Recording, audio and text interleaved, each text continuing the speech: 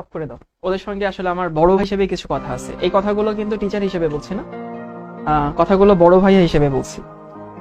আমি যেখানে ছিলাম সেটা হচ্ছে ওই যে তুমি আসলে তোমার ফ্যামিলি, তোমার এলাকা, তোমার স্কুল এগুলোকে তুমি রিপ্রেজেন্ট করো। মানে তুমি ভালো কিছু বললে তোমার ফ্যামিলি, তোমার এলাকা বললে তোমার ফ্যামিলি, তোমার এলাকা এগুলো সম্পর্কে মানুষ ভালো ধারণা নিবে। উল্টা বললে উল্টাটা, বুঝছো? এখন আরেকটা কথা মনে রাখবা, লাইফের যে কোনো স্টেজে নম্রতায়, ভদ্রতায় তোমাকে যেন কেউ দ্বিতীয় না বানাতে পারে, এটুকু একটু মাথায় রাখবা। মানে যে কোনো পরিস্থিতিতে তুমি যদি নম্র, ভদ্র থাকো, ডিসেন্ট থাকো, বিশ্বাস করো লাইফের অর্ধেক সমস্যা এমনিতেই সমাধান হয়ে যায়। একটা উদাহরণ দিতে গেছিলাম, তখন স্ক্রিন ফ্রিজ হয়ে গেছিল। ধরো এই যে তোমাদের আমি এখানে ক্লাস নিচ্ছি, আমার ফোনে অনেক মিসড কল উঠে থাকে। ক্লাস শেষে আমি তাদেরকে কল ব্যাক করি। বিশ্বাস করো আমি প্রতিবার কল ব্যাক করার পরে ঠিক এভাবে কথা বলি যে আসসালামু আলাইকুম, আমি সাউন্ডেজে বলছিলাম, এই নাম্বার থেকে 2-3টা ফোন এসেছিল, আপনি কি আমাকে ফোন দিয়েছিলেন? আমি সবসময় এই কথাটাই বলি, কিন্তু অন্যভাবেও বলা যায়। যেমন আমি তাকে ফোন দিয়ে বললাম যে হচ্ছে কে বলছেন, তখন সে আমাকে জিজ্ঞেস করলো যে ভাই আমি অমুক বলছি, আপনি কি বলছেন? আমি তখন বলতেই পারি, ওই মিয়া আপনি আমারে ফোন দিয়েছেন, আপনি জানেন না আপনি কারে ফোন দিয়েছেন? এই যে এটা কিন্তু আসলে দিন শেষে নম্রতা, ভদ্রতা হইল না।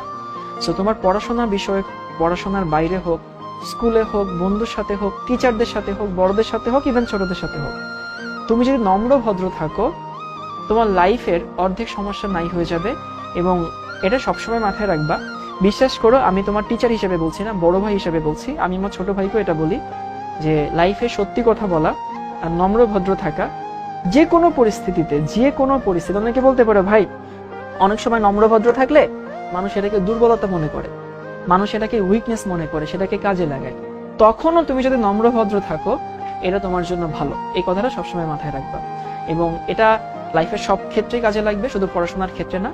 সো যারা এই যে বিভিন্ন হচ্ছে উল্টাপাল্টা কমেন্ট করো, আমাকে করো না, তোমরা নিজেদেরকে কমেন্ট করো। হয়তো কোনো ছেলে কোনো মেয়েকে বলো, কোনো ছেলে অনেক উল্টাপাল্টা কথা বলো, এতে তুমি কিন্তু তোমার নিজের, তোমার ফ্যামিলি, তোমার স্কুল, তোমার এলাকা এইটার হচ্ছে নিজের নাম ক্ষুণ্ণ করছো। ওকে, সো আমরা তো আমাদের মতো অবস্থান, আমরা আমাদের মতো স্টেটমেন্ট তো নিবই, ওই যে ওই কমেন্ট গুলো করছে। বাট এর বাইরেও দেখো, তুমি তোমার এলাকার নাম খারাপ করছো না, শিক্ষককে কিন্তু জানাজানি হয়ে যাবে যে কোন ছেলেটা ক্লাসের মধ্যে মিডল ফিঙ্গার দেখাচ্ছিল, তার বাড়ি কোথায়, সে কোন স্কুলে পড়ে। তার মানে শিক্ষতে 350-400 স্টাফ আছে, তারা কিন্তু জেনে গেল যে তুমি কোন এলাকার মানুষ, তুমি কোন স্কুলের মানুষ। এবং ওই স্কুলে ধরো 100টা মানুষ আছে, তার মধ্যে তুমি হয়তো এরকম, বাকি 99 জন হয়তো ভালো, কিন্তু বাকি 99 জনকে তো আমরা দেখছি না। আমরা তোমাকে দেখে বাকি 99 জনকে জাজ করবো, এই জাজমেন্টটা চলে আসে। সো এইখানে কিন্তু সমস্যাটা আছে। সো তোমার দায়িত্ব কিন্তু তোমার একলা না, তুমি অনেক মানুষকে একসাথে প্রতিনিধিত্ব করো, এইটুকু সবসময় মাথায় রাখবা। মানুষ এই দায়িত্বটুকু নেয় দেখেই কিন্তু মানুষের মান হুঁশ আছে। তোমার মান থাকতে হবে, তোমার হুঁশ থাকতে হবে, তাইলে না তুমি মানুষ হবা, তাই না?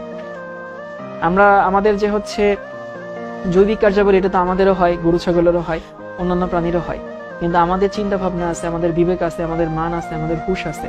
That's why we are human. So এইটুকু একটু মাথায় রাখতে হবে, বুঝছো? Smart learning.